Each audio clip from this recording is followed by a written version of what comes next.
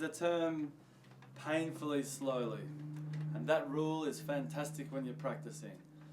Those that practice slowly end up becoming not only fluent, but clean players. Crisp, clean tones, you hear it. Taka taka tak when they're playing fast.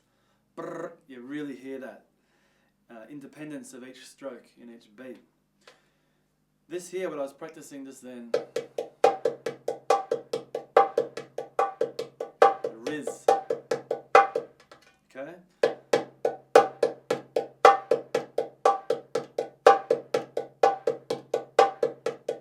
I'm practicing even separation between fingers. What that'll give me is when I play faster, it will give me a nice fluent sounding roll, and it won't be muffled. You'll hear exactly what's going on.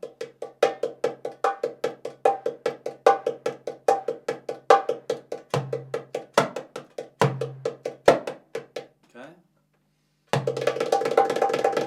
That's the sound we want.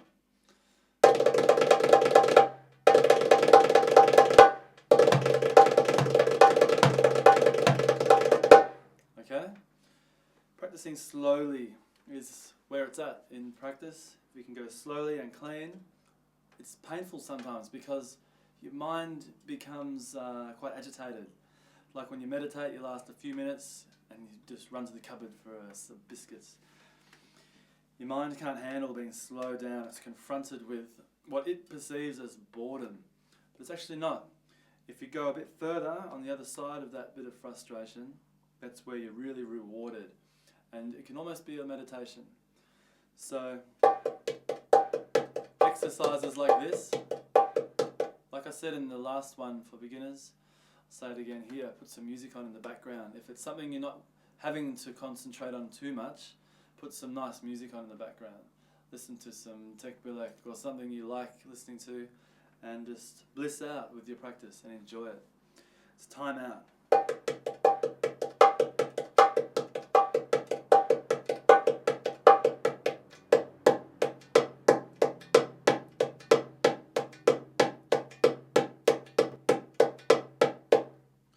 Do that for 10 minutes. And when you go and do a gig or you go to perform or play the next time, you'll have a lot more power. It'll feel a lot better too, and you'll be really rapt with where your playing is coming along. I guarantee it. Let's look at building speed. How to stretch ourselves. Building speed.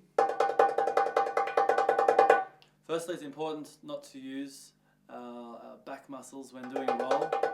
It's got to be in the wrist, as I've said. They move fast. Your back doesn't. A lot of people roll like this, or they're pulling and pushing, and it's very awkward looking. It's in the wrist, okay? But how do we stretch our speed?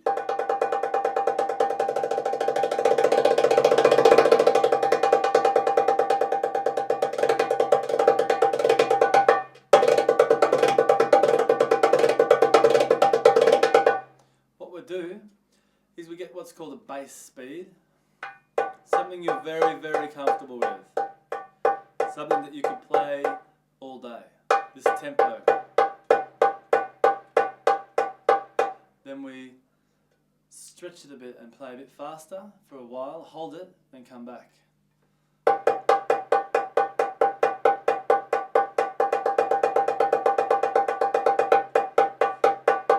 This is our base speed.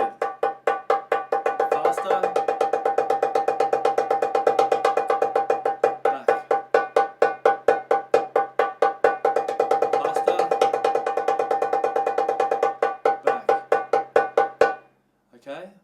Think of it like a muscle. You're stretching it, hold it, you come back. You become more flexible.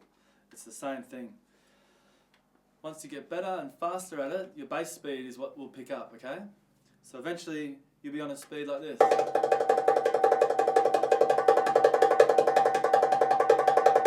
That's your base speed. You could play it all day, till the cows come home, as we say in Australia. Okay? Base speed. Then I want to stretch. Back to base. Stretch.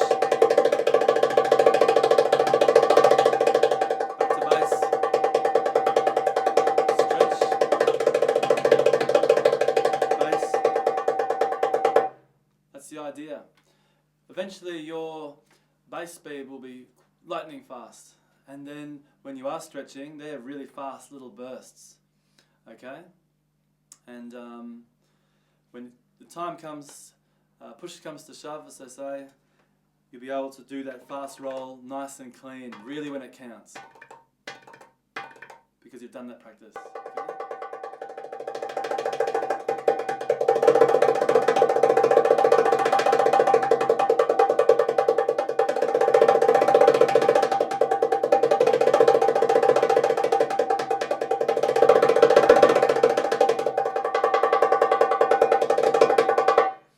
Little bursts as well. Okay? There's 8 strokes in there.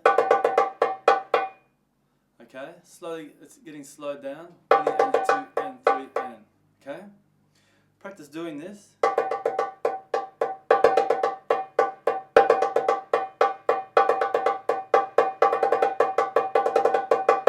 That can be used in a solo.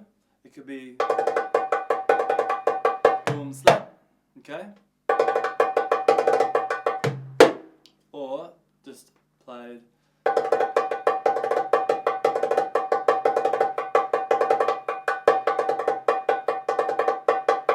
Once it's faster, it's a fantastic little exercise for your speed and fluency.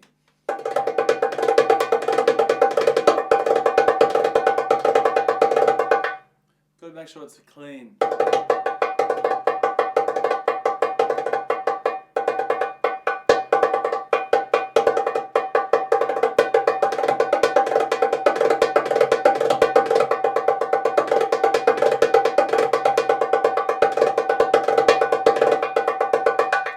Different positions on the bass.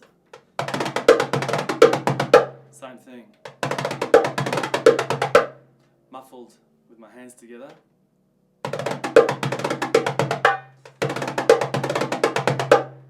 An example, if I was to take these techniques and put them into a solo, would be this. I'll do it as an outro, so enjoy your practice.